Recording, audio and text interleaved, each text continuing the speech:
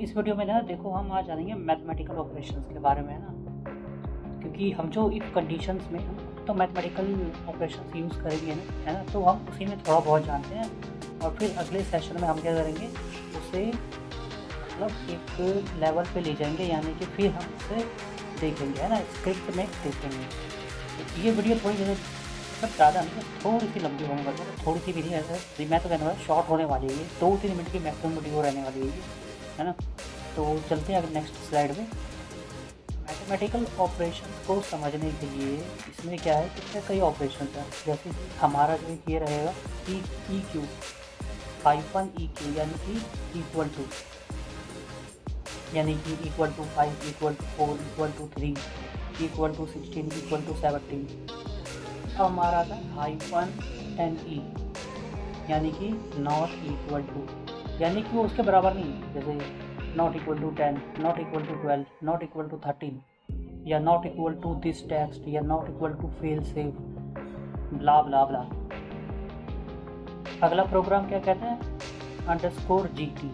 GT represent करता है greater than, यानी कि greater than 10, greater than 12, greater than 15, greater than 18, या कोई भी वैल्यू ग्रेटर देन इस वैल्यू, ये रिप्रेजेंट करता है।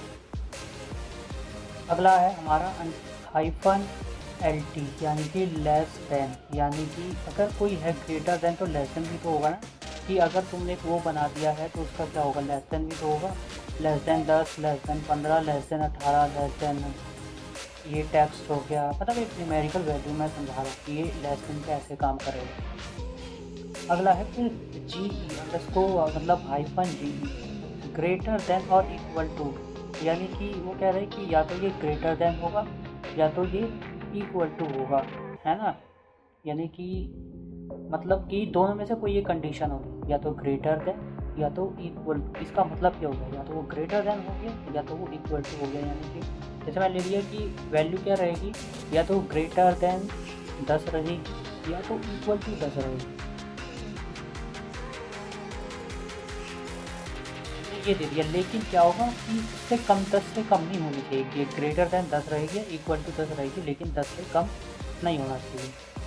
अगला है हाइफन एल ई, यानी कि लेस देन और इक्वल टू, यानी कि यहाँ पे भी वही सिंपल सा है कि मान लो कि 11 है, यानी कि इक्वल लेस देन 11 और इक्वल टू 11, यानी कि जो नंबर्स यूज़र इनपुट कर रहा है ना, या सिस्टम जो नंबर्स रिप्रेजेंट कर रहा है, क्या कर रहा है, या तो वो 11 से कम है या तो 11 के बराबर है, 11 के ऊपर नहीं होना चाहिए।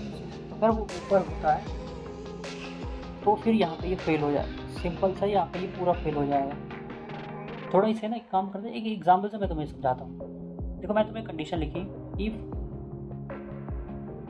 ब्रैकेट मतलब स्क्वायर ब्रैकेट डॉलर साइन वार, यानी वेरिएबल, है ना, हाइफन ई की, तो क्या लिखे मैंने, इक्वल टू 5 दैट, यानी कि मैंने पहली कंडीशन क्या लिखी कि अगर इस वैल्यू, अगर इस वार यानी इस कंटेनर में जो भी वैल्यू आ रही है वो इक्वल टू है 5 के, दैट फिर मेरी कंडीशन में हो जाएगी कोई भी कि भाई ये इसे एग्जीक्यूट कर। दूसरा क्या कहता है, इफ वैल्यू, यानी कि यहाँ पे जो वैल्यू इनपुट करेगा यूज़र ग्रेटर देन है 7 से, तो क्या होगा, वैल्यू कर देगा वो, यानी कि वो कंडीशन क्या करेगा, पास कर देगा कि भाई ठीक है। अब यहाँ पे हमने क्या किया है कि दो कंडीशंस एक साथ यूज़ की है, M% लगा के दो कंडीशंस, या फिर मैं तुम्हें बता रखा है कि स्क्रिप्टिंग में या तो हम M% लगाते हैं या तो हम पाइपिंग मेथड का यूज़ करते हैं ना। पिछले वीडियो का तुमने देखा तो पाइपिंग मेथड का यूज़ करते हैं। तो अगर वेरिएबल है इक्वल टू 4 के और उसका काउंट जो है नॉट इक्वल टू 1 है, यानी कि अगर वेरिएबल है वो क्या है 4 है, लेकिन उसका काउंट जो है 1 के इक्वल नहीं है ना, तो क्या होगा, ये कंडीशन एग्जीक्यूट हो जाएगी। यहाँ पे कंडीशन एग्जीक्यूट हो जाएगी। अब इस पर से इसका क्या होता है, M% और पाइपिंग में क्या होता है कि दोनों कंडीशन मैच होनी चाहिए।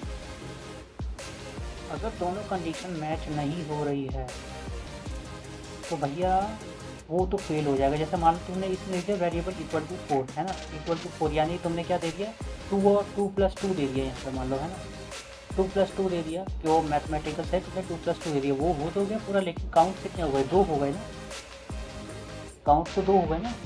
इसलिए क्या है, काउंट जो है नॉट इक्वल टू 1 होना चाहिए, यानी इक्वल टू 1 नहीं होना चाहिए, है ना। काउंट तो 2 हो गए। ये यहाँ पे कुछ मेथड्स ये तुम्हें अभी समझ में आएंगे, ये जो रिटर्न है ना यहाँ पे, मतलब ये एग्जांपल्स है और ये बेसिकली ये समझ में नहीं आएंगे तुम्हें इतनी जल्दी, जब तक अंटिल मैं तुम्हें लाइव स्क्रिप्टिंग करके ना दिखा दूँ, वो कि हम देखेंगे नेक्स्ट वीडियो में।